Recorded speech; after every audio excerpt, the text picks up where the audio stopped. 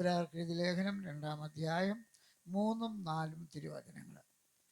കർത്താവ് താൻ പറഞ്ഞു തുടങ്ങിയത് ദൈവം അടയാളങ്ങളാലും അത്ഭുതങ്ങളാലും വിവിധ വീര്യപ്രവൃത്തികളാലും തൻ്റെ ഇഷ്ടപ്രകാരം പരിശുദ്ധാത്മാവിനെ നൽകിക്കൊണ്ട് സാക്ഷി നിന്നവരും കേട്ടവർ നമുക്ക് ഉറപ്പിച്ചു തന്നതുമായ ഇത്ര വലിയ രക്ഷ നാം ഗണ്യമാക്കാതെ പോയാൽ എങ്ങനെ തെറ്റി ഒഴിയും?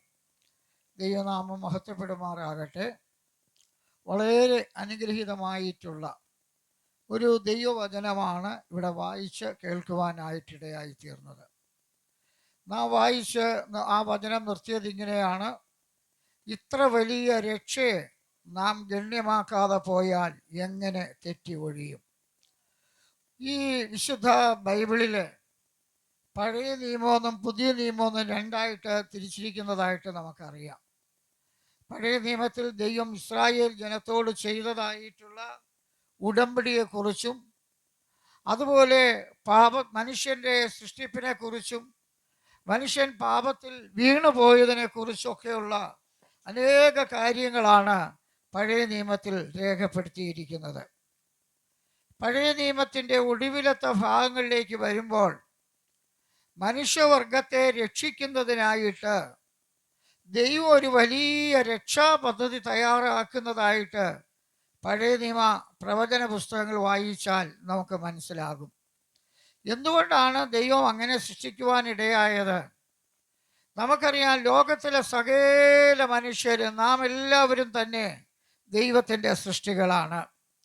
ദൈവം ഏദെൻ തോട്ടത്തിൽ വെച്ച് ആദാമിനെ ഹവ്വയും ആദ്യം മനുഷ്യരെ സൃഷ്ടിച്ചുകൊണ്ട് അവരിൽ കൂടെ ഈ ലോകത്തിലെ സകല മനുഷ്യരും ആ ജന്മം കൊള്ളുവാനായിട്ട് ഇടയായി തീർന്നു. ദൈവം ആദിമ മനുഷ്യരെ സൃഷ്ടിച്ചത് ദൈവത്തോടൊപ്പം വസിക്കുന്നതിനും ദൈവത്തോടൊപ്പം സ്വർഗത്തിലെത്തുന്നതിനും ദൈവത്തോടൊപ്പം നിത്യത ചിലവഴിക്കുന്നതിനും വേണ്ടിയായിരുന്നു. അങ്ങനെ വളരെ നല്ല ഉദ്ദേശത്തോടെ സൃഷ്ടിക്കപ്പെട്ടതായ മനുഷ്യന് ദൈവം ചില കൽപ്പനകളും വ്യവസ്ഥകളും കൊടുത്തിരുന്നു. ദൈവം മനുഷ്യനെ സൃഷ്ടിച്ച് ഏദെൻ എന്ന് പറയുന്ന തോട്ടത്തിലാക്കി അവർക്ക് ചില നിയമങ്ങൾ കൊടുത്തു, ചട്ടങ്ങൾ കൊടുത്തു. നിയമങ്ങളെല്ലാം വളരെ ലളിതമായിരുന്നു. സ്നേഹവാനായ ദൈവം അവരോട് പറഞ്ഞു, നിങ്ങൾക്ക് ഈ തോട്ടത്തിൽ ജീവിക്കാം, നിങ്ങൾക്ക് വേല ചെയ്യാം, നിങ്ങൾക്ക് സ്വാതന്ത്ര്യമുണ്ട്. എന്നാൽ തോട്ടത്തിൻ്റെ നടുവിൽ നിൽക്കുന്ന ഒരു വൃക്ഷമുണ്ടല്ലോ, അതിൻ്റെ ഫലം നിങ്ങൾ തിന്നരുത് എന്ന് സൃഷ്ടാവായ കരുണാസമ്പന്നനായ ദൈവം മനുഷ്യരോട് കൽപ്പിക്കുകയുണ്ടായി. എന്തിനാണ് ദൈവം അങ്ങനെ കൽപ്പിച്ചത് എന്ന് ചോദിച്ചാൽ, ദൈവം ഒരു പരീക്ഷ അവിടെ വയ്ക്കുകയായിരുന്നു. ആ പരീക്ഷ ഇപ്രകാരമാണ്: ദൈവത്തെ അവർ സ്നേഹിക്കുന്നുണ്ടോ, ദൈവത്തിൻ്റെ വാക്ക് അവരനുസരിക്കുന്നുണ്ടോ എന്ന് കാണുന്നതിന് വേണ്ടിയായിരുന്നു. എന്നാൽ ആ പരീക്ഷയിൽ മനുഷ്യൻ പരാജയപ്പെട്ടു. എന്ന് പറഞ്ഞാൽ ദൈവം ആ കൽപ്പന കൊടുത്ത് അവർ സന്തോഷത്തോടെ തോട്ടത്തിൽ ജീവിച്ചു, വേല ചെയ്തു, സന്തോഷമായിരുന്നു. എല്ലാ ദിവസവും ദൈവം ആ ഏദെൻ പർദീസയിൽ ഇറങ്ങി വരുമായിരുന്നു. ആദിമ മനുഷ്യരുമായിട്ട് കൂട്ടായ്മ ആചരിച്ചിരുന്നു. വളരെ സന്തോഷമാണ്. എന്നാൽ ഈ സന്തോഷം മനുഷ്യൻ അനുഭവിച്ച് മുൻപോട്ട് പോകുമ്പോൾ ദൈവത്തിന് എതിരായി പ്രവർത്തിക്കുന്ന ഒരു ശക്തി ഈ ഭൂമിയിലുണ്ടായിരുന്നു. അതിന് ബൈബിൾ കൊടുത്തിരിക്കുന്ന പേര് സാത്താൻ എന്നാണ്. ആ സാത്താൻ എന്ന് പറയുന്നത് ഒരു കാലത്ത് സ്വർഗത്തിൽ മനോഹരമായ പാട്ടുകൾ പാടി സ്വർഗത്തിൽ വസിച്ചവനായിരുന്നു. ലൂസിഫർ എന്നായിരുന്നു അന്നത്തെ പേര്. എന്നാൽ ആ ദൂതന് നിഗളമുണ്ടായിട്ട് അവൻ പാപം ചെയ്തതിൻ്റെ ഫലമായിട്ട് ആ ദൂതനെയും സൈന്യത്തെയും സ്വർഗത്തിലെ ദൈവം അവനെ ഭൂമിയിലേക്ക് തള്ളിയിടുവാനായിട്ടിടയായി. ആ സംഘങ്ങളാണ് ഭൂമിയിൽ വന്നിട്ട് സാത്താന്മാരായി, പിശാചുക്കളായി അവരിങ്ങനെ വിലസുകയാണ്. അവനൊറ്റ ലക്ഷ്യമേ ഉള്ളൂ: ദൈവത്തിൻ്റെ കൽപ്പനയ്ക്ക് വിരോധമായി പ്രവർത്തിക്കുക, ദൈവത്തിന് പ്രതിപക്ഷമായി പ്രവർത്തിക്കുക, ദൈവത്തിനെതിരായിട്ട് നിൽക്കുക എന്നുള്ളതായിരുന്നു അവൻ്റെ ലക്ഷ്യം. അപ്പോൾ ദൈവം സൃഷ്ടിക്കപ്പെട്ട മനുഷ്യൻ സന്തോഷമായിട്ടും ദൈവത്തോട് ജീവിക്കുമ്പോൾ ഈ സാത്താൻ അത് ഇഷ്ടപ്പെട്ടില്ല. അവന് ഏത് വിധേനയെങ്കിലും ഈ മനുഷ്യരെ തെറ്റിക്കണം, അവനെ ദൈവത്തിൽ നിന്ന് അകറ്റണം എന്ന് അവൻ ആഗ്രഹിച്ചിട്ട് ആ സാത്താൻ സർപ്പത്തിൻ്റെ വേഷത്തിൽ ഈ ആദിമ മനുഷ്യരുടെ അടുക്കിലേക്ക് കടന്നു വരുവാനായിട്ടിടയായി. ഹവ്വായോടും ആദാമിനോടും ഈ സാത്താൻ സംസാരിച്ചു, കാര്യങ്ങളൊക്കെ പറഞ്ഞു. അവസാനം ഈ സാത്താൻ ഈ ആദിമ മനുഷ്യരെ വശീകരിച്ചു. ആ വശീകരണ വാക്കിൽ ഇവർ വീണുപോയി. കാരണം ദൈവം ഭക്ഷിക്കരുത് എന്ന് പറഞ്ഞതായ ആ വൃക്ഷത്തിൻ്റെ ഫലം അവര് സാത്താൻ്റെ പ്രേരണയാൽ അവർ ഭക്ഷിച്ചു. ഭക്ഷിച്ച സമയത്ത് എന്ത് സംഭവിച്ചെന്ന് ചോദിച്ചാൽ അവർ പാപികളായി തീർന്നു. അവരുടെ മേലുള്ള ദൈവ തേജസ് നഷ്ടപ്പെടുവാനായിട്ടിടയായി തീർന്നു. അവരെ അതുവരെ അനുഭവിച്ചുകൊണ്ടിരുന്ന സമാധാനം നഷ്ടപ്പെടുവാനായിട്ടിടയായി. മാത്രമല്ല, ദൈവവുമായിട്ടുള്ള കൂട്ടായ്മ നഷ്ടപ്പെടുവാനായിട്ടിടയായി. അവരനുഭവിച്ചതായ സന്തോഷങ്ങളും സുഖങ്ങളെല്ലാം നഷ്ടപ്പെട്ടിട്ട് അവർക്ക് പകരം എന്താണ് കിട്ടിയെന്ന് ചോദിച്ചാൽ അവർക്ക് ഭയമുണ്ടായി. ദൈവത്തിന് മുൻപിൽ നിൽക്കുവാൻ കഴിയാതെ അവർ ഓടി ഒളിക്കുന്ന അനുഭവം, ഭയമുണ്ടായി. അവർക്ക് രോഗം ബാധിക്കുന്നൊരു ശരീരമായിട്ട് മാറി. മരണത്തിന് അവരുടെ മേൽ കടക്കുവാനായിട്ടിടയായി. ശാപത്തിന് അവരടിമകളായി. അങ്ങനെ ആകെ തകർന്ന് സമാധാനം നഷ്ടപ്പെട്ട് നിരാശയ്ക്കും ദുഃഖത്തിനും വേദനയ്ക്കും അടിമകളായി മനുഷ്യൻ മാറപ്പെടുവാനായിട്ടിടയായി. അന്നേ ദിവസവും സ്വർഗത്തിലെ ദൈവം ഏതേൻ തോട്ടത്തിൽ അവരുടെ അടുക്കിലേക്ക് വരികയാണ്. അവരുടെ അടുക്കൽ വന്നിരുന്ന സമയത്ത് ഈ മനുഷ്യർക്ക് ദൈവത്തിൻ്റെ മുൻപിൽ നിൽക്കുവാൻ കഴിയാതെ അവർ ഓടി ഒളിക്കുകയാണ്. നമുക്കറിയാം, നമ്മുടെ കുഞ്ഞുങ്ങൾ എന്തെങ്കിലുമൊക്കെ പ്രശ്നങ്ങളുണ്ടാക്കിയാൽ, അനുസരണക്കേട് കാണിച്ചാൽ അവരുടെ മാതാപിതാക്കൾ വരരുതെന്നായിരിക്കും അവർ ആഗ്രഹിക്കുന്നത്. മാതാപിതാക്കൾ വീട്ടിൽ വന്നു കഴിഞ്ഞാൽ മക്കൾ എന്ത് ചെയ്യുമെന്ന് അറിയാമോ? ഓടി ഒളിക്കും. കാരണം അവർ കുറ്റം ചെയ്തിരിക്കുകയാണ്. മാതാപിതാക്കളുടെ മുൻപിൽ നിൽക്കുവാൻ കഴിയുന്നില്ല. ഇതുപോലെ ഈ ആദിമ മനുഷ്യര് ദൈവത്തിൻ്റെ മുൻപിൽ നിൽക്കുവാൻ കഴിയാതെ അവർ ഓടി ഒളിക്കുകയാണ്. പക്ഷേ സ്നേഹവാനായ ദൈവം വീണ്ടും അവരെ വിളിച്ച്, ആദാമേ നീ എവിടെയാണെന്ന് ചോദിച്ച് ദൈവത്തിന് മുൻപാകെ അവർ വരുത്തി.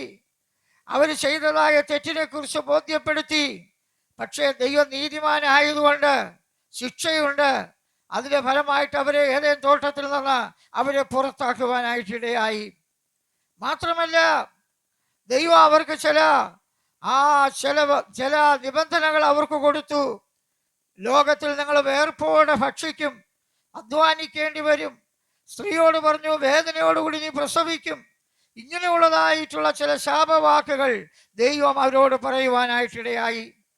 അതുപോലെ ഈ സാത്താനോടും ഈ സർപ്പത്തോടും ദൈവം ചില ശാപവാക്കുകൾ പറഞ്ഞതായി ഉൽപ്പത്തി പുസ്തകം ആദ്യത്തെ അധ്യായങ്ങൾ വായിക്കുമ്പോൾ നമുക്ക് മനസ്സിലാക്കുവാനായിട്ട് സാധിക്കും.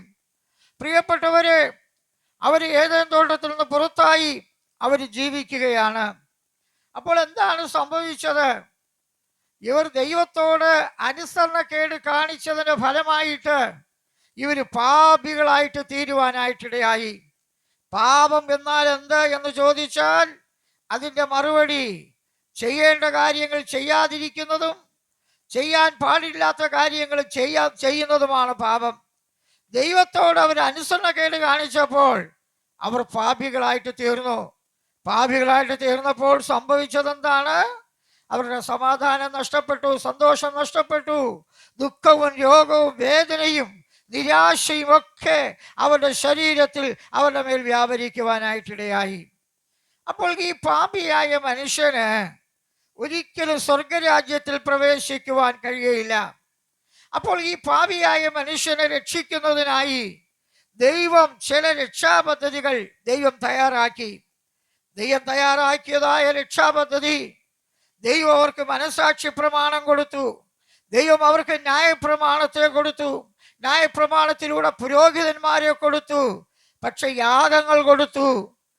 അത് കഴിഞ്ഞ് ദൈവം മനുഷ്യർക്ക് പ്രവാചകന്മാരെ കൊടുത്തു. പ്രവാചകന്മാരിലൂടെ ദൈവിക സന്ദേശങ്ങൾ, നിങ്ങൾ മാനസാന്തരപ്പെടണമെന്നുള്ള സന്ദേശങ്ങൾ ദൈവം അവർക്ക് നൽകി. പക്ഷേ ഇതുകൊണ്ടൊന്നും മനുഷ്യനെ രക്ഷിക്കുവാൻ കഴിഞ്ഞില്ല. കാരണം മനുഷ്യൻ പാപിയാണല്ലോ. വീണ്ടും മനുഷ്യൻ പാപം ചെയ്തുകൊണ്ടിരിക്കുകയാണ്. പ്രിയപ്പെട്ടവരെ, ഒരു കാര്യം മനസ്സിലാക്കണമേ. ഇന്ന് നാം അനുഭവിച്ചുകൊണ്ടിരിക്കുന്ന വേദന, ഇന്ന് നാം അനുഭവിച്ചുകൊണ്ടിരിക്കുന്ന സമാധാനമില്ലായ്മ, ഇന്ന് നാം അനുഭവിക്കുന്ന ദുഃഖവും നിരാശയും വേദനയും, അതിൻ്റെ എല്ലാം മൂല കാരണം ഏതേൻ തോട്ടത്തിൽ വെച്ച് മനുഷ്യൻ ചെയ്തു പോയ പാപമാണ്. ആ പാപത്തിൻ്റെ ഫലമായി ആദാമിൻ്റെ സന്തതികളായി ജനിച്ച ലോകത്തിലെ സകല മനുഷ്യരും പാപികളാണ്. അവർ പാപത്തിൽ ജനിച്ചതുകൊണ്ട്, പാപത്തിൽ ജീവിക്കുന്നത് കൊണ്ട് ഈ പറയുന്ന പാപ സ്വഭാവങ്ങളെല്ലാം അവരുടെ മേൽ വരുവാനായിട്ടിടയായി. ഈ മനുഷ്യനിങ്ങനെ പാപം ചെയ്ത് ജീവിക്കുന്ന, പാപിയായി ജീവിക്കുമ്പോൾ അവരുടെ ജീവിതത്തിൽ ചില കാര്യങ്ങൾ സംഭവിച്ചു എന്ന് പറഞ്ഞാൽ, ഇന്ന് നാം കാണുന്ന കുറ്റകൃത്യങ്ങൾ അവരുടെ മേൽ വരുവാനായിട്ടിടയായി. ആദാമിനും ഹവ്വയ്ക്കും ആദ്യം 2 മക്കളെ ലഭിച്ചു, കയീനും ഹാബേലും. രണ്ടുപേരും യാഗം കഴിക്കാൻ പോയി. പക്ഷേ ഹാബേലിന്റെ യാഗത്തിൽ ദൈവം പ്രസാദിച്ചു. സ്വന്തം സഹോദരനായ കയീൻ അത് ഇഷ്ടപ്പെട്ടില്ല. കയീൻ ഹാബേലിനെ കൊല്ലുവാനായിട്ടിടയായി. ആദ്യത്തെ കൊലപാതകം അവിടെ സംഭവിച്ചു. പ്രിയപ്പെട്ടവരെ, ഇന്ന് കൊലപാതകങ്ങൾ ഭയങ്കരമായിട്ട് വർദ്ധിച്ചുകൊണ്ടിരിക്കുകയാണ്. ഓരോ ദിവസമുള്ള വാർത്താ മാധ്യമങ്ങൾ നമ്മൾ കാണുമ്പോൾ, വാർത്തകൾ കാണുമ്പോൾ എന്തോരു കൊലപാതകങ്ങളാണ്. ഭാര്യ ഭർത്താവിനെ കൊല്ലുന്നു, ഭർത്താവ് ഭാര്യയെ കൊല്ലുന്നു, മാതാപിതാക്കൾ മക്കളെ കൊല്ലുന്നു, മക്കൾ മാതാപിതാക്കളെ കൊല്ലുന്നു, സഹോദരങ്ങൾ കൊല്ലുന്നു. സ്വന്ത കുഞ്ഞുങ്ങളെപ്പോലും ഈ ലോക സുഖത്തിന് വേണ്ടി ചില സ്ത്രീകൾ കുഞ്ഞുങ്ങളെ കൊല്ലുന്നു. അയ്യോ, എന്ത് ഭയങ്കര ക്രൂരതയാണ് ഇന്ന് നടന്നുകൊണ്ടിരിക്കുന്നത്. ഇതെവിടെയാണ് ആരംഭിച്ചെന്നറിയാമോ? മനുഷ്യൻ പാപിയായതുകൊണ്ട് പാപത്തിന്റെ ഫലം. രണ്ടാമത്, പഴയ നിയമം വായിക്കുമ്പോൾ നമുക്കറിയാം, അവിടെ മദ്യപാനത്തെ കുറിച്ച് പറയുന്നുണ്ട്. മനുഷ്യൻ മദ്യപിക്കുന്നവരായിട്ട് തീർന്നു. പ്രിയപ്പെട്ടവരെ, ഇന്ന് നമുക്കറിയാമല്ലോ, മനുഷ്യൻ ഭയങ്കര മദ്യപാനികളാണ്. മദ്യപാനം മാത്രമല്ല, അവര് പുകവലിക്കുന്നു, മയക്കുമരുന്നുകൾ ഉപയോഗിക്കുന്നു. എന്തോ ഒരു ഭയങ്കരമാണ്. നമ്മുടെ ഗവൺമെന്റും പോലീസും എക്സൈസ് ഡിപ്പാർട്ട്മെന്റും ഒക്കെ എത്ര ശ്രമിച്ചിട്ടും മയക്കുമരുന്നുകളെ തടയാൻ പറ്റുന്നില്ല. പത്രങ്ങൾ വായിക്കുമ്പോൾ, വാർത്തകൾ കേൾക്കുമ്പോൾ ഭയങ്കരമായിട്ട് മദ്യം, മയക്കുമരുന്നുകൾ നമ്മുടെ നാട്ടിലേക്ക് ഒഴുകുകയാണ്. ചെറുപ്പക്കാരെല്ലാം മദ്യപിച്ച് മയക്കുമരുന്നുകൾ ഉപയോഗിച്ച് അവരുടെ സുബോധം നഷ്ടപ്പെട്ട് അവർ വല്ലാത്ത അവസ്ഥയിലായിരിക്കുകയാണ്. എന്തോ ഒരു സങ്കടമാണ്. ഞാൻ ഈ ഒരു സമയത്ത് ഒരു ആശുപത്രിയിൽ പോയപ്പോൾ, അവർ മാനസിക രോഗ ആശുപത്രിയാണ്. ഒരു കൂട്ടം ചെറുപ്പക്കാർ അവിടെ നിൽക്കുകയാണ്, നല്ല ചെറുപ്പക്കാർ. അവരൊക്കെ, ചിലരൊക്കെ തന്നെത്താനെ സംസാരിക്കുന്നു, തന്നെത്താനെ കൈയും കാലും ഒക്കെ കാണിക്കുന്നു, ചിരിക്കുന്നു, കൈയൊക്കെ വല്ലാതെ കാണിക്കുന്നു. ഞാൻ അവിടുത്തെ ഡോക്ടറോട് ചോദിച്ചു, ഇതെന്താണ് ഇത്രയും പേര് ഇങ്ങനെയൊക്കെ? അപ്പോൾ ആ ഡോക്ടർ പറഞ്ഞു, ഇവരെല്ലാം മാനസിക രോഗികളാണ്. ഇവർ നല്ല ചെറുപ്പക്കാരാണ്, പക്ഷേ ഇവർ പലരും നല്ല വിദ്യാഭ്യാസമുള്ളവരാണ്. എഞ്ചിനീയറിംഗ് കോളേജിലും MBAക്കൊക്കെ പഠിച്ചുകൊണ്ടിരിക്കുന്ന ഡിഗ്രിക്കാരായ കുഞ്ഞുങ്ങളാണ്. പക്ഷേ കൂട്ടുകാരുമായിട്ട് ചേർന്ന് ലഹരി പദാർത്ഥങ്ങൾ ഉപയോഗിച്ച് മയക്കുമരുന്നിന് അടിമകളായി ഇവരുടെ ശരിയായ സുബോധം നഷ്ടപ്പെട്ട് തകർന്ന് നിരാശരും ഉറക്കമില്ലാത്തവരായി തീർന്ന് ഇവർ മരുന്ന് മേടിക്കാൻ ഈ ആശുപത്രി വന്നിരിക്കുക. എത്രയോ സങ്കടകരമായ കാര്യം ഇന്ന് സംഭവിച്ചുകൊണ്ടിരിക്കുന്നു. പഴയ നിയമകാലത്ത് സംഭവിച്ച ഒന്നാണ് ആത്മഹത്യ. ഇന്ന് ഈ ആത്മഹത്യ വർദ്ധിച്ചു വരികയാണ്. നമ്മളെ കേരളം 3 കാര്യങ്ങളിൽ മുൻപന്തിയിലാണ്. ഒന്ന്, സാക്ഷരതയിൽ മുൻപന്തിയിലാണ്. രണ്ടാമത്തെ, മനുഷ്യൻ മുൻപന്തിയിൽ നിൽക്കുന്നത് ഈ ആത്മഹത്യയിൽ നമ്മുടെ കൊച്ചു കേരളം 1-ാം സ്ഥാനത്തെത്തി നിൽക്കുകയാണ്. സാക്ഷരതയിൽ 1-ാം സ്ഥാനത്തെത്തി, വിദ്യാഭ്യാസമുണ്ട്, മിടുക്കന്മാരാണ്. പക്ഷേ ആത്മഹത്യയിലും 1-ാം സ്ഥാനത്ത് നമ്മുടെ കേരളം എത്തി നിൽക്കുകയാണ്. എവിടെയാണ് തുടങ്ങിയത്? മനുഷ്യന്റെ പാപം. മനുഷ്യനെ ഇന്ന് ജയിലുകളിൽ പോയാൽ അറിയാമല്ലോ, എത്രയോ ചെറുപ്പക്കാര് വിവിധ കേസുകളിൽ അകപ്പെട്ട് ജയിലുകളിൽ അടയ്ക്കപ്പെടുകയാണ്. എന്താണ് അവരുടെ പേരിലുള്ള കുറ്റകൃത്യങ്ങൾ? അവർ മനഃപൂർവ്വം ചെയ്യുന്നതല്ല. അവരുടെ ശരീരത്തിൽ വസിക്കുന്ന പാപം അവരെ കുറ്റകൃത്യങ്ങളിലേക്ക് നയിക്കുകയാണ്. പ്രിയപ്പെട്ടവരെ, ഈ ആദാമിന്റെ ഹവ്വയുടെയും പ്രവേശിച്ച പാപം ലോകത്തിലെ സകല മനുഷ്യരെയും പാപികളാക്കി തീർത്തു. വിശുദ്ധ ബൈബിൾ പറയുന്നത് ഇങ്ങനെയാണ്: എല്ലാവരും പാപം ചെയ്ത് ദൈവതേജസ്സില്ലാത്തവരായി തീർന്നു. വിശുദ്ധ ബൈബിൾ പറയുന്നത് ഇങ്ങനെയാണ്: പാപം ചെയ്യാത്ത മനുഷ്യനില്ലല്ലോ. ഒരു വ്യത്യാസവുമില്ല. എല്ലാവരും പാപം ചെയ്ത് ദൈവതേജസ്സില്ലാത്തവരായി തീർന്നു. എന്തുകൊണ്ടാണ് മനുഷ്യൻ പാപം ചെയ്തത്? പാപം ചെയ്യാനായിട്ട് ഏതെങ്കിലും സ്കൂളുകളിൽ പഠിപ്പിക്കുന്നുണ്ടോ? ഏതെങ്കിലും മാതാപിതാക്കൾ കുഞ്ഞുങ്ങളെ പഠിപ്പിക്കുന്നുണ്ടോ? മാതാപിതാക്കൾ മദ്യപാനികളും പുകവലിക്കുന്നവരും മോശമായ ജീവിതങ്ങൾ ചെയ്യുന്നവരാണെങ്കിൽ പോലും അവരുടെ മക്കൾ ആ വിധത്തിൽ വരരുത് എന്ന് പറഞ്ഞ് എന്ത് ശ്രദ്ധയോടെയാണ് കുഞ്ഞുങ്ങളെ വളർത്തുന്നത്. പക്ഷെ അവരും പാപം ചെയ്യുകയാണ്. എന്താണ് ഇതിന്റെ കാരണം? മനുഷ്യ ശരീരത്തിനകത്ത് പാപം വസിക്കുകയാണ്. ദൈവത്തോട് അനുസരണക്കേട് കാണിച്ച മനുഷ്യൻ, ദൈവത്തിന്റെ വ്യവസ്ഥകൾ ലംഘിക്കപ്പെട്ടതായ മനുഷ്യൻ പാപത്തിന് അടിമയായി. അവന്റെ സമാധാനം നഷ്ടപ്പെട്ട്, സന്തോഷം നഷ്ടപ്പെട്ട്, ദുഃഖത്തിനും നിരാശയ്ക്കും ജാതമായി ഇന്ന് മനുഷ്യനെന്ന് അടക്കി തീർന്നിരിക്കുകയാണ്. എത്രയോ സങ്കടകരമായ കാര്യം. പ്രിയപ്പെട്ടവരെ, നിങ്ങൾ ഈ വാക്കുകളെ ശ്രദ്ധിക്കുമ്പോൾ നിങ്ങൾക്കറിയാം, ഓരോ ദിവസമുള്ള പത്രങ്ങൾ വായിച്ചാൽ, വാർത്തകൾ കേട്ടാൽ അറിയാം, ഈ ലോകം എങ്ങോട്ടാണ് പൊയ്ക്കൊണ്ടിരിക്കുന്നത്. ഒരു സ്വസ്ഥതയുമില്ല. ഒരു സ്ഥലത്ത് ആത്മഹത്യ, അടുത്ത സ്ഥലത്ത് കൊലപാതകങ്ങൾ, മറ്റൊരു സ്ഥലത്ത് മദ്യപാനങ്ങൾ, പുകവലികൾ, അടിപിടികൾ, അക്രമങ്ങൾ, എത്ര വിവാഹമോചനങ്ങൾ, എന്ത് ഭയങ്കര സംഭവങ്ങളാണ് നമ്മുടെ ഇടയിൽ സംഭവിച്ചുകൊണ്ടിരിക്കുന്നത്. ഇതിൽ നിന്ന് ഒരു മോചനം പ്രാപിക്കാൻ ആഗ്രഹിക്കുന്നു. എത്രയോ നല്ല ചെറുപ്പക്കാര് ഈ പാപത്തിന്റെ ഫലമായി കുറ്റകൃത്യങ്ങളിൽ അകപ്പെട്ട്, നിയമലംഘനങ്ങളിൽ അകപ്പെട്ട് ജയിലുകളിൽ അടയ്ക്കപ്പെടുന്നു. എത്രയോ ഭയങ്കര സംഭവങ്ങളാണ് നമ്മുടെ ഈ കൊച്ചു കേരളത്തിൽ നടന്നുകൊണ്ടിരിക്കുന്നത്. മനുഷ്യൻ രാവിലെ ഇറങ്ങിപ്പോകുന്നു, തിരികെ വീട്ടിൽ വന്ന് ഒരു ഗ്യാരണ്ടിയുമില്ല തിരിച്ചു വരാൻ കഴിയുമോ ഇല്ലയോ എന്ന്. എത്രയോ ഭയങ്കര സംഭവങ്ങളാണ്. വീട്ടിൽ നിന്ന് രാവിലെ ഇറങ്ങിപ്പോകുന്ന മനുഷ്യൻ ചിലപ്പോൾ തിരികെ വീട്ടിൽ വരുന്നില്ല. ചിലപ്പോൾ വീട്ടിൽ വരുന്നത് ഒരു മൃതശരീരമായിട്ടായിരിക്കും. എവിടെയുണ്ട് സമാധാനം? എവിടെയുണ്ട് സ്വസ്ഥത? എന്ത് ഭയങ്കര സംഭവങ്ങൾ ലോകത്ത് നടക്കുന്നു. എന്താണ് ഇതിൻ്റെ എല്ലാം മൂല കാരണമെന്ന് ചോദിച്ചാൽ മനുഷ്യന്റെ പാപമാണ്. ഇങ്ങനെ മനുഷ്യൻ പാപത്തിന് അടിമയായി, ന്യായപ്രമാണത്തിന് മനുഷ്യരെ രക്ഷിക്കുവാൻ കഴിയാതെ, ഈ പുരോഹിതന്മാർക്ക് രക്ഷിക്കുവാൻ കഴിയാതെ, പഴയ നിയമപ്രവാചകന്മാർക്ക് രക്ഷിക്കുവാൻ കഴിയാതെ മനുഷ്യൻ നശിച്ച് തീർന്ന് നിത്യ നരകത്തിലേക്ക് ഒഴുകിക്കൊണ്ടിരിക്കുമ്പോൾ സ്വർഗത്തിലെ ദൈവത്തിന്റെ ഹൃദയത്തിൽ ഒരു ചിന്ത ഇങ്ങനെ വന്നു: ഈ ചെറിയവരിൽ ഒരുത്തൻ പോലും നശിച്ചു പോകാൻ പാടില്ല. ഈ ചെറിയവരിൽ ഒരുത്തൻ പോലും നശിക്കാൻ പാടില്ല. അതുകൊണ്ട് അങ്ങനെ നശിക്കുന്ന മനുഷ്യനെ രക്ഷിക്കുന്നതിന് വേണ്ടി എന്താണ് ചെയ്യേണ്ടത്? ഇതാ, പാപത്തിന് പരിഹാരമുണ്ടാക്കണം. പാപത്തിലേക്ക് താണുകൊണ്ടിരിക്കുന്ന മനുഷ്യനെ കരകയറ്റണം. മനുഷ്യനെ എങ്ങനെയെങ്കിലും രക്ഷിക്കണം. ദൈവത്തിന്റെ സ്നേഹം അത്രമാത്രം വലുതാണ്.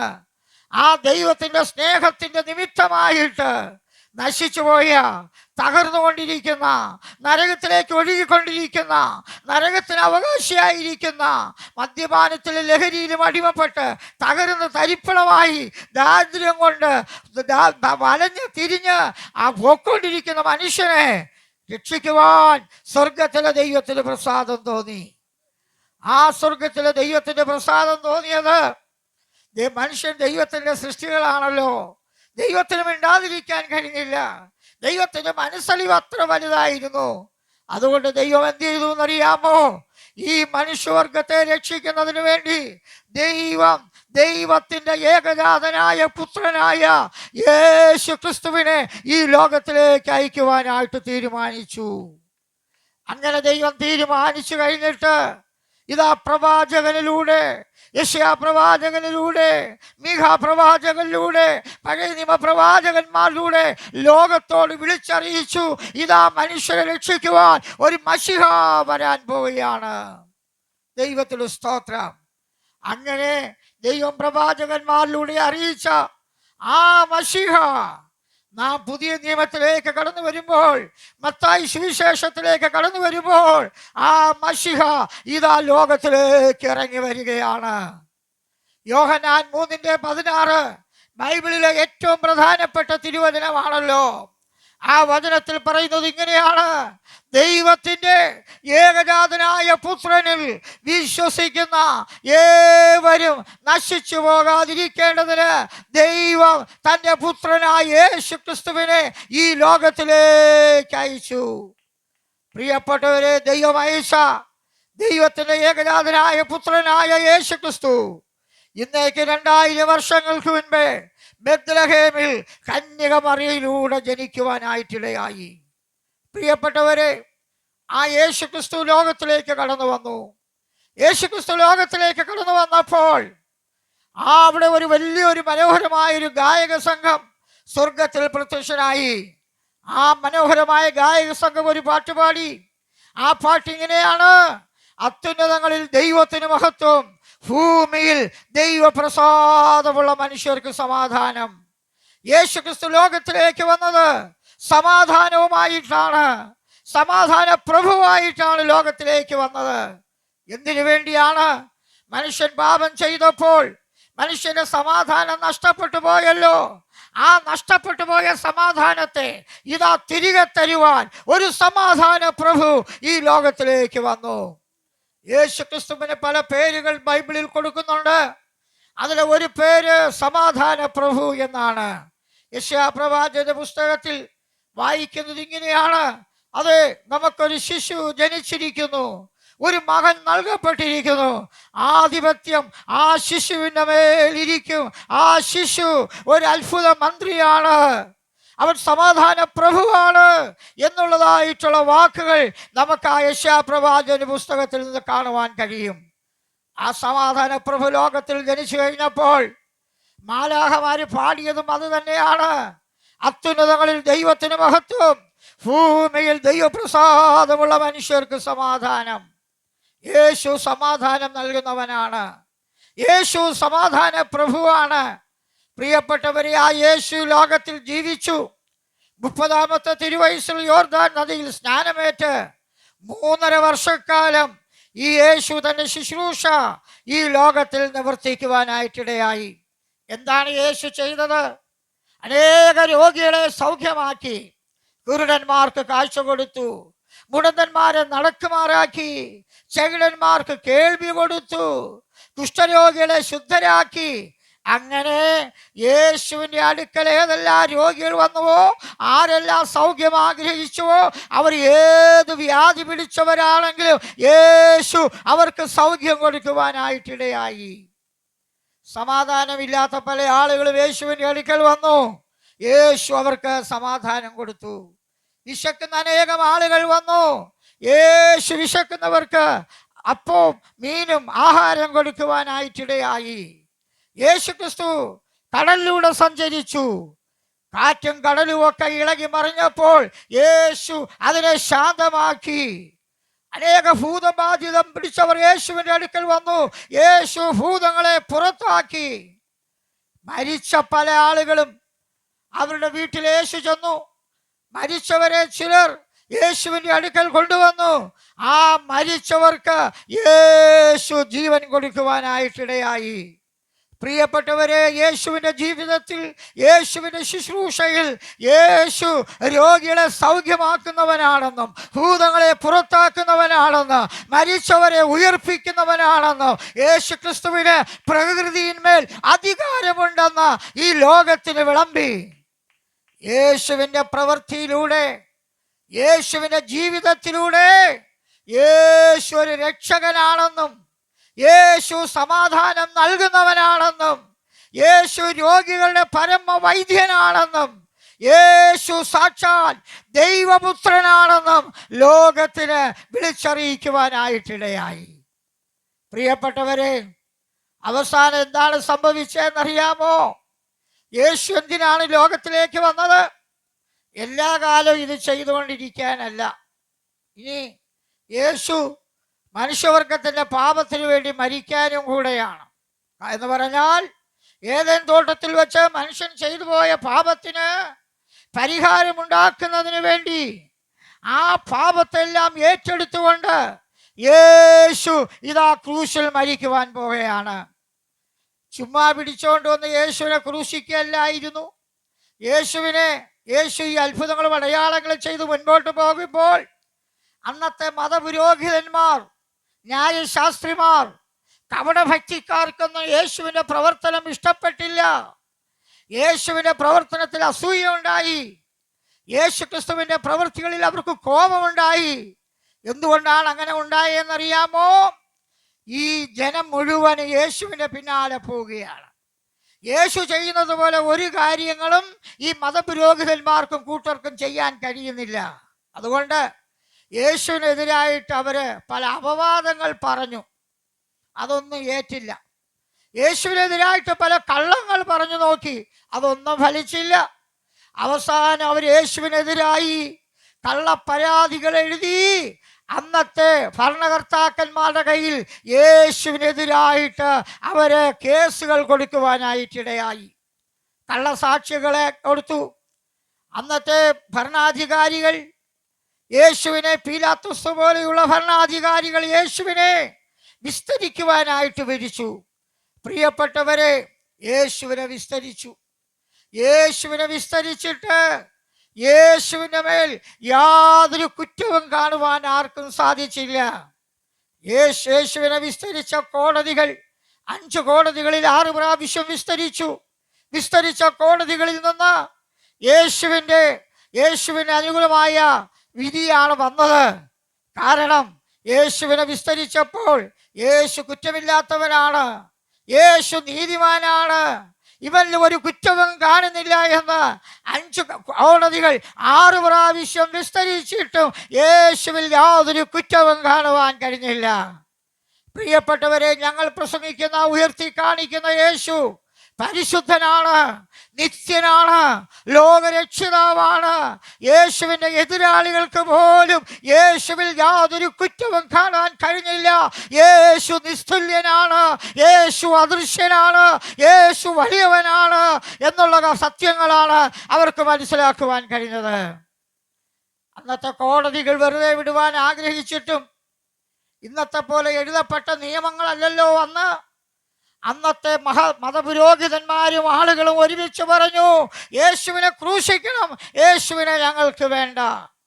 അവസാനം അന്നത്തെ ആളുകളുടെ താല്പര്യപ്രകാരം പീലാത്തോസ് എന്ന് പറയുന്ന ന്യായാധിപൻ യേശു ക്രിസ്തുവിനെ ക്രൂശിക്കാനായിട്ട് വിട്ടുകൊടുത്തു. പ്രിയപ്പെട്ടവരെ, ഇതാ പാപമില്ലാത്തവൻ, പരിശുദ്ധനായവൻ യേശു ഒരിക്കൽ ജനത്തെ നോക്കിയിട്ട് വെല്ലുവിളിച്ചു, നിങ്ങളിൽ ആർ എൻ്റെ പാപത്തെ കുറിച്ച് ബോധ്യം വരുത്തും? ആർക്കും യേശുവിൻ്റെ പാപത്തെ ചൂണ്ടിക്കാണിക്കാൻ കഴിഞ്ഞില്ല. കാരണം യേശുവിൽ പാപമില്ലായിരുന്നു. പ്രിയപ്പെട്ടവരെ, എന്നാൽ എന്തിനാണ് യേശുവിനെ ക്രൂശിക്കാനായിട്ട് ഏൽപ്പിച്ചു കൊടുക്കുവാൻ ഇടയായത്? അത് ദൈവഹിതമായിരുന്നു. കാരണം മനുഷ്യൻ ചെയ്ത പാപത്തിന് വേണ്ടി, ഇതാ ആ പാപത്തിന് പരിഹാരം ഉണ്ടാക്കുന്നതിന് വേണ്ടി ഒരുവൻ മരിക്കേണ്ടത് ആവശ്യമായിരുന്നു. അതുകൊണ്ട് ഇതാ പാപമില്ലാത്ത ദൈവപുത്രനായ യേശു ക്രിസ്തുവിനെ നമുക്ക് വേണ്ടി നമ്മുടെ പാപത്തിന് പരിഹാരമുണ്ടാക്കാൻ, ഈ ലോകത്തിൻ്റെ പാപത്തിന് പരിഹാരമുണ്ടാക്കാൻ, ഇതാ ലോകത്തിൻ്റെ അറുക്കപ്പെട്ട കുഞ്ഞാടായിട്ട് യേശുവിനെ സ്വർഗം നിയോഗിക്കുവാനായിട്ടിടയായി. ഇതാ യേശുവിനെ ഗോൽഗോഥ എന്ന സ്ഥലത്തേക്ക് കൊണ്ടുപോവുകയാണ്. യേശുവിനെ കൊണ്ടുപോയി യേശുവിനെ ക്രൂശിക്കുകയാണ്. ഞാൻ വളരെ ചുരുക്കമായിട്ടാണ് പറഞ്ഞു വന്നത്. യേശുവിനെ അവിടെ ക്രൂശിച്ചു. പ്രിയപ്പെട്ടവരെ, യേശുവിൽ യാതൊരു പാപവുമില്ലായിരുന്നു. യേശുവിനെ ക്രൂശിക്കാൻ കൊണ്ടുപോകുമ്പോൾ അവർ ചാട്ടവാറുകൾ കൊണ്ട് യേശുവിൻ്റെ വിലാപ്പുറത്ത് അവരെ അടിച്ചു. ചാട്ടവാറുകൾ എന്ന് പറഞ്ഞാൽ കുതിര രോമം കൊണ്ടുണ്ടാക്കുന്ന ചാട്ടവാറുകൾ. അതിൻ്റെ ഓരോ അറ്റത്തും ഈ കട്ടികൾ, ഇരുമ്പ് കഷ്ണങ്ങൾ അതിൽ കെട്ടിയിട്ടുണ്ട്. അത് ശരീരത്തിൽ അടിക്കുമ്പോൾ അത് ശരീരത്തോടുകൂടി ആ ചാട്ടവാറുകൾ ചേർന്നിരിക്കും. അതിലിങ്ങനെ വലിച്ചെടുക്കുമ്പോൾ മാംസത്തോടു കൂടിയാണ് ആ ചാട്ടവാറ് തിരികെ വരുന്നത്. വീണ്ടും അവരടിക്കും. അങ്ങനെ യേശുവിൻ്റെ ശരീരം ഒരു ഉഴവ് ചാലുകൾ പോലെ തകർക്കപ്പെടുവാനായിട്ടിടയായി. പ്രിയപ്പെട്ടവരെ, യേശുവിൻ്റെ രക്തം ഒഴുകി. യേശുവിൻ്റെ തലയിൽ മുൾക്കിരീടം വെച്ചു അടിച്ചു താഴ്ത്തി. ആ തലയിലൂടെ രക്തം ചൊരിയുവാനായിട്ടിടയായി. യേശുവിൻ്റെ കൈകളിലും കാലുകളിലും ഇരുമ്പാണികൾ അടിച്ചു തകർത്തു. പ്രിയപ്പെട്ടവരെ, ആ ആണികളിൽ കൂടെ യേശുവിൻ്റെ രക്തം ഒഴുകുവാനായിട്ടിടയായി. യേശു ക്രൂശിൽ കിടക്കുമ്പോൾ ഒരു മനുഷ്യരൂപമല്ല, ഒരു മാംസപിണ്ഡം കിടക്കുന്നത് പോലെ നമുക്ക് വേണ്ടി തകർക്കപ്പെട്ട് യേശു കാൽവറി ക്രൂശിൽ പരമയാഗമായിട്ട് തീർന്നു. ആ രക്തമൊഴുകി. ആ രക്തത്തെ കുറിച്ച് വിശുദ്ധ ബൈബിൾ പറയുന്നത് ഇങ്ങനെയാണ്: യേശു ക്രിസ്തുവിന്റെ രക്തം നമ്മുടെ സകല പാപവും പോക്കി നമ്മെ ശുദ്ധീകരിക്കുന്നു എന്നാണ്. പ്രിയപ്പെട്ടവരെ, നാം ചെയ്തു പോയ പാപത്തിന് വേണ്ടി, നാം കാലുകൾ കൊണ്ട് ചെയ്ത പാപത്തിന്, കൈകൾ കൊണ്ട് ചെയ്തതായ പാപത്തിന്, തല കൊണ്ട് ചിന്തിച്ച പാപത്തിന്, പ്രിയപ്പെട്ടവരെ, തീർന്നില്ല. യേശുവിനെ വിലാപ്പുറത്ത് കുത്തി. അങ്ങനെ യേശുവിന്റെ രക്തം ശരീരത്തിലൂടെ ഒഴുകി. നമ്മുടെ പാപത്തിന് വേണ്ടി ആ പുണ്യാഗ രക്തം ഒഴുകി. ആ പുണ്യാഗ രക്തത്തെ കുറിച്ച് വിശുദ്ധ ബൈബിൾ പറയുകയാണ്: യേശു ക്രിസ്തുവിന്റെ രക്തം നമ്മുടെ സകല പാപവും പോക്കി നമ്മെ ശുദ്ധീകരിക്കുന്നു എന്നാണ്. പ്രിയപ്പെട്ടവരെ, നിങ്ങൾ ആരെങ്കിലും ഞാൻ നേരത്തെ പറഞ്ഞ പാപത്തിന് അടിമപ്പെട്ടിരിക്കുകയാണോ? കള്ളം പറയുന്നവരാണോ? വഴക്കുണ്ടാക്കുന്നവരാണോ? അടിയുണ്ടാക്കുന്നവരാണോ? ഏതെങ്കിലും രഹസ്യ പാപത്തിൽ ജീവിക്കുന്നവരാണോ? നിങ്ങൾ ഏതെങ്കിലും പാപാവസ്ഥയിൽ പോകുന്നു എങ്കിൽ നിങ്ങൾ മാനസാന്തരപ്പെടുക. നിങ്ങളുടെ പാപങ്ങൾ എത്ര വലുതാണെങ്കിലും, യേശുവേ എന്നെ രക്ഷിക്കണമേ, ആ കാൽവറി ക്രൂശിൽ ചൊരിഞ്ഞ യേശു എനിക്കും കൂടെ വേണ്ടിയാണെന്ന് നിങ്ങളൊന്ന് ഹൃദയം കൊണ്ട് വിശ്വസിച്ച് വാ തുറന്ന് യേശുവേ എൻ്റെ പാപത്തെ ക്ഷമിക്കണമെന്ന് പറഞ്ഞാൽ, പ്രിയ സഹോദര സഹോദരി, നിന്റെ ഏത് പാപത്തെയും ക്ഷമിച്ച് നിന്നെ ശുദ്ധീകരിപ്പാൻ ഈ യേശുവിൻ്റെ രക്തത്തിന് ശക്തി കൊണ്ട് യേശു അത് ചെയ്യാൻ ആഗ്രഹിക്കുകയാണ്. പ്രിയപ്പെട്ടവരെ, ഈ പാപിയായ മനുഷ്യർക്ക് വേണ്ടി യേശു ക്രൂശിൽ മരിച്ചു. മാത്രമല്ല, യേശു മരിച്ചു, യേശുവിൻ്റെ ശരീരം അടക്കം ചെയ്തു. എന്നാൽ അത്ഭുതമെന്ന് പറയട്ടെ, യേശു ദൈവപുത്രനായിരുന്നത് കൊണ്ട്, മരണത്തെ തോൽപ്പിച്ചുകൊണ്ട് യേശു 3-ാം നാൾ ഉയർത്തെഴുന്നേൽക്കുവാനായിട്ടിടയായി. ആ 1-ാം നൂറ്റാണ്ടിൽ അന്ന് ജീവിച്ചിരുന്ന ശിഷ്യന്മാർക്കും 500-ലധികം പേർക്ക് യേശു ജീവിക്കുന്നു എന്നും യേശു ഉയർത്തെഴുന്നേറ്റു എന്ന് ഈ ലോകത്തിന് വെളിപ്പെടുത്തി കൊടുക്കുവാനിടയായി. തീർന്നില്ല. 50-ാം നാൾ യേശു സ്വർഗാരോഹണം ചെയ്ത് ഇന്ന് പിതാവായ ദൈവത്തിന്റെ വലത്ത് ഭാഗത്ത് സ്വർഗത്തിൽ യേശു കർത്താവ് വസിക്കുകയാണ്. ഇന്ന് യേശു എന്താണ് ചെയ്തുകൊണ്ടിരിക്കുന്നു എന്ന് ചോദിച്ചാൽ, ഒന്നാമത് യേശു ചെയ്യുന്നത് മനുഷ്യർക്ക് വേണ്ടി പക്ഷപാതം ചെയ്യുകയാണ്. എന്ന് പറഞ്ഞാൽ, ഞങ്ങൾ ഈ പ്രസംഗിക്കുന്ന ഈ സുവിശേഷം, ഈ യേശു ക്രിസ്തുവിനെ കുറിച്ച് ആരെങ്കിലും കേൾക്കുന്ന നിങ്ങൾ ആരെങ്കിലും പറയുകയാണ്, ദൈവമേ ഞാനൊരു പാപിയാണ്, എനിക്ക് മനസ്സാക്ഷി എന്നെ കുറ്റം വിധിക്കുകയാണ്, ഞാൻ പാപിയാണെന്ന്. എനിക്ക് തന്നെ അറിയാം ഞാൻ ചില പാപങ്ങൾ ചെയ്തുകൊണ്ടിരിക്കുന്നത്. പക്ഷെ ഈ പാപത്തിൽ ഞാൻ മരിച്ചാൽ നിത്യ നരകത്തിൽ പോകുമല്ലോ. അതുകൊണ്ട് യേശുവേ എൻ്റെ പാപത്തെ ക്ഷമിച്ച് എന്നെ രക്ഷിക്കണമേ എന്ന് ആരെങ്കിലും പ്രാർത്ഥിച്ചാൽ, ആരെങ്കിലും തീരുമാനിച്ചാൽ, ആരും ആയിക്കൊള്ളട്ടെ, അവർക്ക് വേണ്ടി യേശു ക്രിസ്തു പിതാവായ ദൈവത്തോട് നമുക്ക് വേണ്ടി പക്ഷപാതം ചെയ്യുകയാണ്. അങ്ങനെ പാപം ആരെങ്കിലും ദൈവത്തോട് ഏറ്റുപറഞ്ഞ് യേശുവിനായിട്ട് ജീവിതം സമർപ്പിച്ചാൽ ആ സെക്കൻഡിൽ തന്നെ അവർക്ക് സമാധാനമുണ്ടാകും, അവർക്ക് സന്തോഷമുണ്ടാകും. യേശു ക്രിസ്തുവിൻ്റെ ക്രൂശ് മരണത്തിലൂടെ നമുക്ക് പാപമോചനമുണ്ട്. ഇന്ന് അനേകം ആളുകൾ പാപമോചനത്തിനു വേണ്ടി അനേക പുണ്യസ്ഥലങ്ങളിൽ പോകുന്നു, അനേകര് നേർച്ച കാഴ്ചകൾ കഴിക്കുന്നു, അനേക കാര്യങ്ങൾ മനുഷ്യൻ ചെയ്തു നോക്കുന്നു. പക്ഷേ പ്രിയപ്പെട്ടവരെ, മനുഷ്യന്റെ ക്രിയകൾക്കൊന്നും ഒന്നുകൊണ്ടും മനുഷ്യന്റെ പാപത്തിനെ മോചിപ്പിക്കാൻ കഴിയയില്ല. പാപത്തെ മോചിപ്പിക്കാൻ കഴിയുന്നത് അത് യേശുക്രിസ്തുവിന്റെ പുണ്യാക രക്തമാണ്. ആ രക്തം ഈ ദേശത്തോട് സംസാരിച്ചുകൊണ്ടിരിക്കുകയാണ്. നിങ്ങളുടെ പാപത്തെ ക്ഷമിക്കുവാൻ, നിങ്ങളെ രക്ഷിക്കുവാൻ, നിങ്ങളെ ഒരു ദൈവവൈതലാക്കി തീർക്കുവാൻ, നിങ്ങൾക്ക് സമാധാനം തരുവാൻ, നിങ്ങളെ സൗഖ്യമാക്കുവാൻ ഈ യേശു മതിയായവനാണ്. രണ്ടാമത്, യേശു നമുക്ക് വേണ്ടി സ്ഥലം ഒരുക്കിക്കൊണ്ടിരിക്കുക. യേശു പറഞ്ഞു, ഞാൻ പോയതുപോലെ തിരികെ വരും. ഞങ്ങൾ അത് പ്രതീക്ഷിച്ചിരിക്കുക. ഏത് സമയത്ത് യേശു വരും. വരുമ്പോൾ യേശുവിൽ വിശ്വസിച്ച, ദൈവവചനപ്രകാരം ജീവിച്ച, വിശുദ്ധ ജീവിതം നയിച്ച ആളുകളെ യേശു സ്വർഗത്തിലേക്ക് കൊണ്ടുപോകും. യേശു ക്രിസ്തുവിൻ്റെ വരവിനെ കുറിച്ച് വിശുദ്ധ ബൈബിളിൽ അനേക സ്ഥലങ്ങൾ എഴുതിയിട്ടുണ്ട്. ഇന്ന് ബൈബിളിൽ എഴുതിയിരിക്കുന്ന ഓരോ സംഭവങ്ങളും ഇന്ന് നിറവേറിക്കൊണ്ടിരിക്കുകയാണ്. യേശുവിൻ്റെ വരവിൻ്റെ ലക്ഷണങ്ങൾ ഈ ലോകത്ത് മുഴങ്ങിക്കൊണ്ടിരിക്കുകയാണ്. അതുകൊണ്ട് യേശു വേഗം വരും. ആ വരവിന് വേണ്ടി ഒരുങ്ങുക. യേശു നമുക്ക് വേണ്ടി മധ്യസ്ഥത ചെയ്യുന്നു. യേശു നമുക്ക് വേണ്ടി സ്ഥലം ഒരുക്കിക്കൊണ്ടിരിക്കുകയാണ്. പ്രിയപ്പെട്ടവരെ, തീർന്നില്ല. 2 or 3 പേർ യേശു ക്രിസ്തുവിൻ്റെ നാമത്തിൽ എവിടെയെങ്കിലും കൂടിയാൽ അവിടെ പ്രത്യക്ഷനാവുകയാണ്. ഇന്ന് നാം ഇവിടെ യേശു ക്രിസ്തുവിൻ്റെ നാമത്തിൽ കൂടിയിരിക്കുന്നത് കൊണ്ട് യേശു ക്രിസ്തുവിൻ്റെ സാന്നിധ്യം ഇവിടെ അനുഭവിക്കുകയാണ്. ഞാൻ അനുഭവിക്കുകയാണ്. നിങ്ങൾ വീട്ടിലാണെങ്കിൽ വീട്ടിൽ അനുഭവിക്കാൻ കഴിയും. എല്ലായിടവും നിങ്ങൾക്ക് അനുഭവിക്കാൻ കഴിയും. അതുകൊണ്ട് ഈ യേശു ഈ ലോകത്തെ നോക്കിക്കൊണ്ട് ഇങ്ങനെയാണ് വിളിക്കുന്നത്: അധ്വാനിക്കുന്നവരും ഭാരം ചുമക്കുന്നവരുമായുള്ളവരെ എല്ലാവരും എൻ്റെ അടുക്കിലേക്ക് വരുവിൻ, ഞാൻ നിങ്ങളെ ആശ്വസിപ്പിക്കാമെന്ന് പറഞ്ഞ് യേശു കർത്താവ് നിങ്ങളെ വിളിക്കുകയാണ്.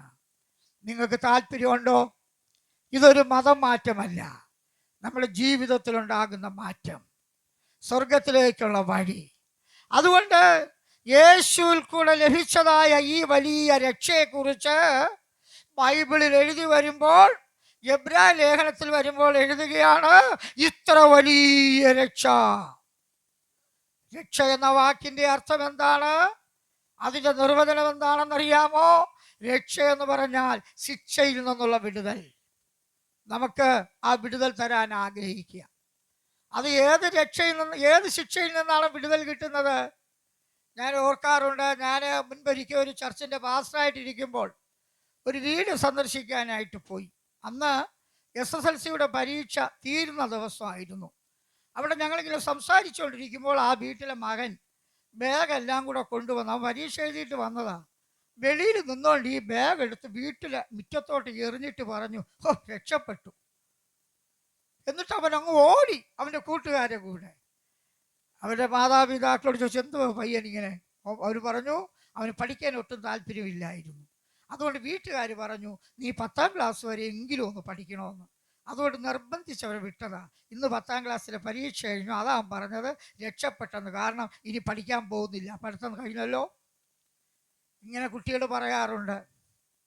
ചില രോഗികളായിട്ടൊക്കെ കിടക്കുന്ന ആളുകൾ, അവർക്ക് സൗഖ്യം കിട്ടുമ്പോൾ അവർ പറയും രക്ഷപ്പെട്ടു. അതുപോലെ പല കേസുകളിൽ കുടുങ്ങിക്കിടക്കുന്ന ആളുകൾ അതിൽ നിന്ന് മോചനം കിട്ടുമ്പോൾ പറയും രക്ഷപ്പെട്ടു. പ്രിയപ്പെട്ടവരെ, ഈ ലോകത്തിൽ പലപ്പോഴും ഈ രക്ഷ എന്ന വാക്ക് ഉപയോഗിക്കുന്നുണ്ട്. എന്നാൽ ബൈബിളിൽ പറഞ്ഞിരിക്കുന്ന ഇത്ര വലിയ രക്ഷ എന്ന് പറയുന്നത്, നാം ഓരോരുത്തരും പാപികളായി നിത്യ നരകത്തിലേക്ക് പോകേണ്ട നമ്മെ ആ നരക ശിക്ഷയിൽ നിന്നും മോചിപ്പിച്ച് നമ്മെ സ്വർഗരാജ്യത്തിന് അവകാശിയാക്കി തീർത്ത ഈ രക്ഷയാണ് ഇത്ര വലിയ രക്ഷ. ലോകത്തിലെ രക്ഷകളെല്ലാം താൽക്കാലികമാണ്. ഒരു രോഗം സൗഖ്യമായാൽ അടുത്ത രോഗം വരും. ഒരു പരീക്ഷ കഴിഞ്ഞാൽ അടുത്തൊരു പരീക്ഷ വരും. ഒരു പ്രശ്നം കഴിഞ്ഞാൽ അടുത്തൊരു പ്രശ്നം വരും. എന്നാൽ പ്രിയപ്പെട്ടവരെ, ഈ രക്ഷ എന്ന് പറയുന്നത് എന്നേക്കുമുള്ള നിത്യമായ രക്ഷയാണ്. ഈ രക്ഷ എന്തുകൊണ്ടാണ് വലുതായെന്ന് ആ വചനത്തിൽ പറയുന്നുണ്ട്. ഇത് മറ്റാരുമല്ല, കർത്താവ് പറഞ്ഞു തുടങ്ങിയതാണ്. ഈ രക്ഷയെക്കുറിച്ച് കേട്ട അപ്പോസ്തലന്മാർ പറഞ്ഞതാണ്. പരിശുദ്ധാത്മാവിനാൽ വന്നതാണ്. ലോകത്തേക്കാൾ അപ്പുറമുള്ള നിത്യജീവനെ പ്രാപിക്കുന്ന, ആത്മരക്ഷ പ്രാപിച്ചിരിക്കുന്ന, മോക്ഷം പ്രാപിക്കുന്ന ഇത്ര വലിയ രക്ഷ. ഈ രക്ഷയ്ക്കൊരു രക്ഷിതാവുണ്ട്. ആ രക്ഷിതാവിനെ കുറിച്ചാണ് ഞാൻ ഇവിടെ പറഞ്ഞ കർത്താവായ യേശു.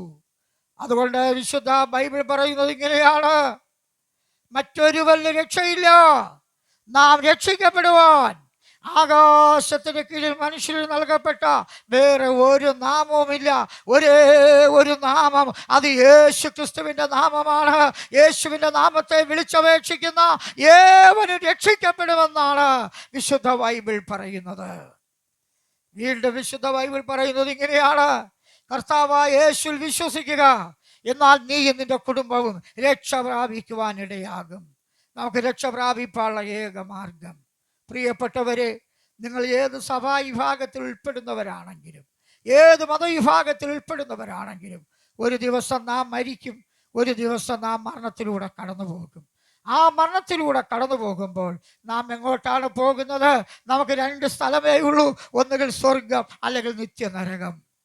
നാം ആരും നരകത്തിൽ പോകരുത്, നശിച്ചു പോകരുതെന്ന് ദൈവം ആഗ്രഹിച്ചിട്ടാണ് ദൈവപുത്രനായ യേശുവിനെ നമുക്ക് വേണ്ടി നൽകിയത്. ഇതാ യേശു കർത്താവ് വിളിക്കുകയാണ്. ആ സ്വർഗത്തിലേക്ക് പോകേണ്ട ഏക വഴി യേശു ക്രിസ്തുവാണ്. യേശു പറഞ്ഞു, ഞാൻ വാതിലാണ്, എന്നിലൂടെ കടക്കുന്നവൻ എന്ത് ചെയ്യുമെന്നറിയാമോ? രക്ഷപ്പെടുമെന്നാണ്. പ്രിയപ്പെട്ടവരെ, ഇവിടെ ഒരു കൂട്ടം ചെറുപ്പക്കാർ വന്ന് ഈ ടീമിൻ്റെതായിട്ട് പല പ്രവർത്തനങ്ങൾ ഇവിടെ ചെയ്തല്ലോ, പാടി, അവർ പ്രാർത്ഥിച്ചു. ഞങ്ങളുടെ കൂടെ ഇതുപോലെ ഒരുപാട് ചെറുപ്പക്കാരുണ്ട്. ഇവർക്കൂടൊക്കെ ചോദിച്ചാൽ അവർക്കും പറയാനുണ്ട്, ഞങ്ങളൊരു കാലത്ത് പാപികളായി ജീവിച്ചവരായിരുന്നു, എങ്ങനെയെങ്കിലും മരിച്ചാൽ മതിയെന്ന് ആഗ്രഹിച്ചവരായിരുന്നു, ആത്മഹത്യക്ക് വേണ്ടി ആഗ്രഹിച്ചവരായിരുന്നു, തീരാ രോഗത്തിന് അടിമയായിരുന്നു. എന്നാൽ ഒരു ദിവസം ഈ സുവിശേഷം, ഈ യേശു ക്രിസ്തുവിനെ കുറിച്ച് കേട്ടപ്പോൾ, ഞങ്ങൾ യേശുവിൽ വിശ്വസിച്ചപ്പോൾ, യേശുവിനെ ഞങ്ങൾ രക്ഷിതാവായി സ്വീകരിച്ചപ്പോൾ ഞങ്ങളുടെ ജീവിതം മാറി, രോഗം മാറി, സമാധാനമുണ്ടായി, സന്തോഷമുണ്ടായി. ഇന്ന് ഞങ്ങൾ അനേക സ്ഥലങ്ങളിൽ പോയി ഞങ്ങളെ രക്ഷിച്ച യേശുവിനെ ഞങ്ങൾ ഉയർത്തി കാണിച്ചു കൊണ്ടിരിക്കുകയാണ്. ഇതൊരു മതപ്രചരണമല്ല, നമ്മുടെ രക്ഷയുടെ മാർഗം. അതുകൊണ്ട് യേശു നിങ്ങളെ വിളിക്കുകയാണ്. ഞങ്ങൾ നിങ്ങൾക്ക് വേണ്ടി പ്രാർത്ഥിക്കുവാൻ ആഗ്രഹിക്കുകയാണ്. പ്രിയപ്പെട്ടവരെ, ഇത്ര വലിയ രക്ഷ നിങ്ങൾക്കാർക്കാണ് വേണ്ടത്? ഈ രക്ഷ യേശു ക്രിസ്തുവിന് മാത്രമേ ഉള്ളൂ. യേശു നമ്മൾ സ്നേഹത്തോടെ വിളിക്കുകയാണ്. ഈ യേശു വിളിക്കുന്നതിനെ കുറിച്ച് വെളിപ്പാട് പുസ്തകത്തിൽ പറയുന്ന ഒരു വചനം ഇങ്ങനെയാണ്: ഞാൻ ഹൃദയം എന്ന വാതിൽക്കൽ നിന്ന് മുട്ടുകയാണ്, ആരെങ്കിലും തുറന്നാൽ. ഈ യേശു ഇങ്ങനെ നിർബന്ധിച്ച് ആരെ സ്വർഗത്തിൽ കൊണ്ടുപോകുക, നിർബന്ധിച്ച് കയറി വരുന്ന ഒരാളല്ല. നമ്മൾ പറയും, യേശുവേ അങ്ങനെ ഹൃദയത്തിൽ വരണം, ഞാനൊരു പാപിയാണ്, എൻ്റെ പാപത്തെ ക്ഷമിക്കണം, എന്നെ രക്ഷിക്കണം, എന്നെ ഒരു ദൈവപൈതലാക്കി തീർക്കണമെന്ന് ആരെങ്കിലും ആത്മാർത്ഥമായി പ്രാർത്ഥിക്കുന്നു എങ്കിൽ അവരുടെ പാപത്തെ ദൈവം ക്ഷമിക്കും. അവരുടെ പാപം എത്ര വലുതാണെങ്കിലും ദൈവം ക്ഷമിക്കും. ഏത് പാപത്തെയും ദൈവം ക്ഷമിക്കും. മാത്രമല്ല, ആ ക്രൂശിൽ ചൊരിഞ്ഞ രക്തമുണ്ടല്ലോ, വിശ്വാസത്താൽ നമ്മളെ മേൽ പുരട്ടും, നമ്മെ കഴുകും. നമ്മളത് അറിയത്തില്ല. അതല്ല യേശു കർത്താവ് നമുക്ക് വേണ്ടി ചെയ്ത്. ഇത് ചെയ്തു കഴിയുമ്പോൾ നമുക്ക് പറയാൻ കഴിയും, ഇതുവരെ അനുഭവിച്ചിട്ടില്ലാത്ത സമാധാനം നമുക്ക് അനുഭവിക്കാൻ കഴിയും, ഒരു വലിയ സന്തോഷം നമുക്ക് അനുഭവിക്കാൻ കഴിയും. എന്താണ് സംഭവിച്ചത്? യേശു നമ്മളെ രൂപാന്തരപ്പെടുത്തുകയാണ്. നിങ്ങൾക്ക് യേശുവിൽ വിശ്വസിക്കാൻ താല്പര്യമുണ്ടോ? യേശുവിനെ സ്വീകരിക്കാൻ നിങ്ങൾക്ക് താല്പര്യമുണ്ടോ? അങ്ങനെ നിങ്ങൾ ചെയ്താൽ നിങ്ങളുടെ പേര് സ്വർഗത്തിൽ ജീവന്റെ പുസ്തകത്തിൽ എഴുതും.